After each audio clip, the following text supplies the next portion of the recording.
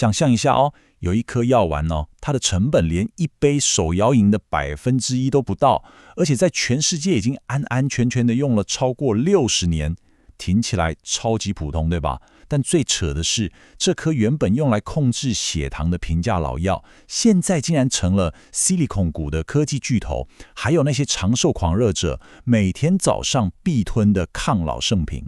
今天这份解析，我们就要来拆解这个话题性十足的100年老药二甲双胍。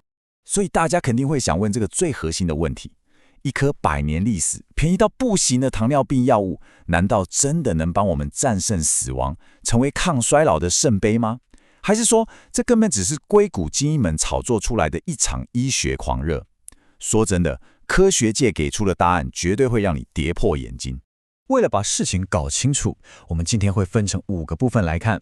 先聊聊它是怎么变成硅谷神药的，接着拆解它那套欺骗身体的抗老机制，然后呢，我们会看看让它跌落神坛的科学真相，还有长期吃下来的潜在代价。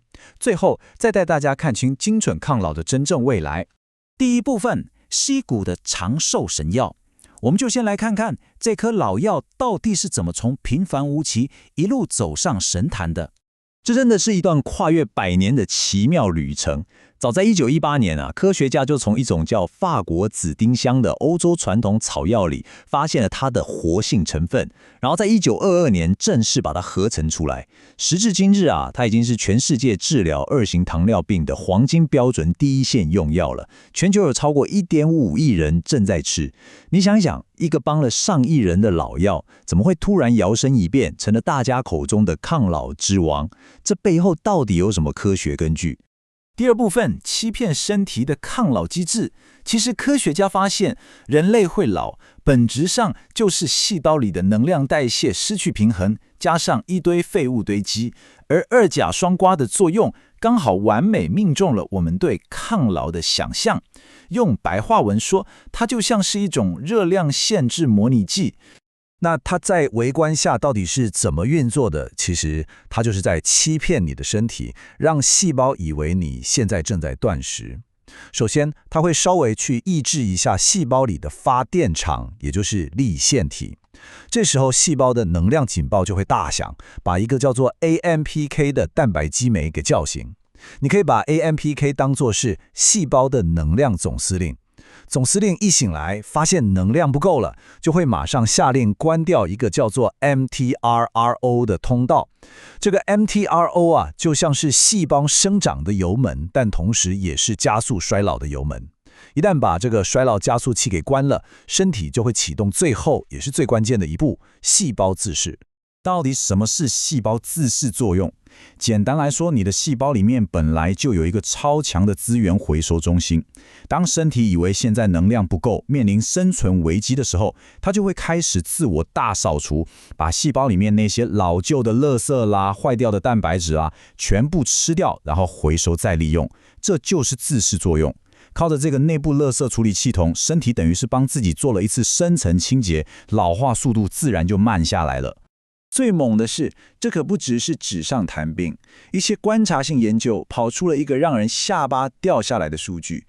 那些有在吃二甲双胍的糖尿病患者，他们的寿命居然比完全没有糖尿病的健康人还要长。你没听错，生病在吃药的人活得比健康的人还要久。而且研究还发现，它可能可以降低心血管疾病，甚至有抗癌的潜力。听起来我们好像真的找到了一颗不用饿肚子就能重置生理时钟的超级神药，对吧？第三部分，跌落神坛的科学真相。但是呢，科学发展哪有这么顺利的？剧情总是充满神转折。当我们把这颗所谓的完美药丸放到严格的科学放大镜底下看的时候，裂痕就开始出现了。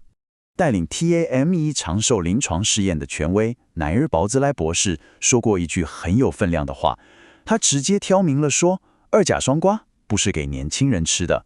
为什么会这样？这就牵涉到生物学里一个叫拮抗基因多效性的概念。简单讲，就是别人的解药可能是你的毒药。这种药能帮老年人或是代谢出问题的人修复细胞，但如果你今天是一个健康的年轻人，吞下去反而会把你原本好好的生理机制给搞乱。这就带来了所谓的运动悖论。如果你平常有在追求健康、有运动习惯，那接下来的话你可能要心碎了。研究发现吃二甲双胍竟然会抵消掉你辛辛苦苦运动换来的好处。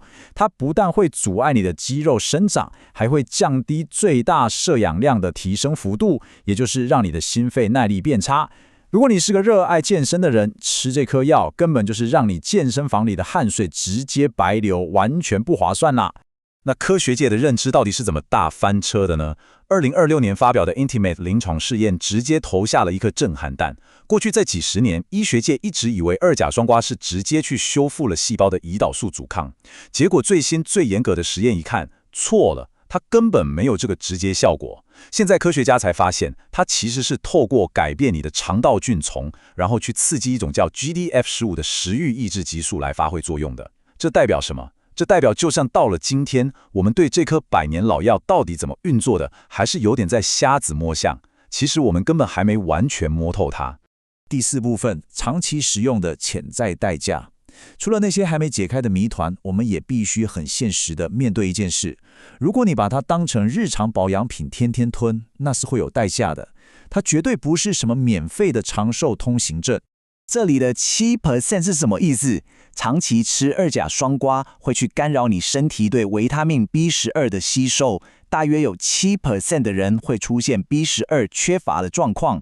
大家千万别小看这个问题哦。对长辈来说 ，B12 不够是会直接导致神经跟认知功能障碍的。这真的超讽刺的，对吧？我们吃药本来是想让大脑年轻一点，结果副作用反而可能会伤害认知功能，完全就是本末倒置啊！再来看到这个高达30%的数字，有将近30%的人吃完吃后会遇到很严重的肠胃道副作用，像是恶心啦、拉肚子啦。大家不妨想象一下，为了追求一个其实还没有完全被科学证实的长寿美梦，你必须每天忍受狂拉肚子跟肠胃不舒服，这真的是你想要的高品质长寿生活吗？第5部分，精准抗衰老的真正未来。好，那说了这么多，我们到底该怎么看待二甲双胍？它真的就一文不值了吗？绝对不是。我们需要重新定位它，看看它在未来的预防医学跟精准医学里到底该摆在哪个位置。其实目前正在进行的超大型的 TMAE 临床试验，带出了一个超级关键的观念。这个试验最伟大的目标，根本就不是要证明二甲双胍是什么最强魔法药丸。它真正的目的是要当一艘法规上的破冰船，去说服美国 FDA 承认衰老本身就是一种可以被治疗的疾病。只要这个观念闯关成功，二甲双胍就等于帮大家铺好了路，让未来千千万万种更先进、更精准的抗老科技可以合法上市。它真正的价值其实是一位伟大的开路前锋。所以拉回最实际的层面，到底谁才应该吃这个药？科学数据其实已经画出了很明确的界限。如果你已经超过50岁，身上带着肥胖、糖尿病前期或者是心血管疾病的高风险族群，那二甲双胍对你来说绝对是 CP 值超高的老年保护剂。但如果你才30-40岁，代谢功能一切正常、健康康康的，拜托，请远离它，别让它去扰乱你原本运作完备的生理系统。医学界正在跑的另外一个 MET Finger 实验，也给了我们一个很清楚的对比。未来的长寿真的不能只靠单一药物。这个试验把二甲双胍跟生活方式结合在一起看，包含地中海饮食、阻力训练，还有认知训练。结果一再证明，药物永远就只是个辅助。好好睡觉、规律重训、吃得健康，这种多管齐下的生活方式，才是长寿这座金字塔最无可取代的稳固地基。今天的解析就差不多到这边了。毫无疑问，二甲双胍是代谢医学里的王者，也是长寿研究的超级探路者。但在面对抗老这件事的时候，我们真的得摘下对单一神药的玫瑰色滤镜。真正的长寿从来就没有什么破解气通的捷径。所以最后我想留个问题让大家想一想，在追求健康长寿的这条路上，你是一直在盲目寻找下一颗被过度炒作的魔法药丸，还是说你已经准备好卷起袖子，靠着精准的管理，亲自来掌控自己的代谢健康了呢？大家可以好好思考一下，我们下次见咯。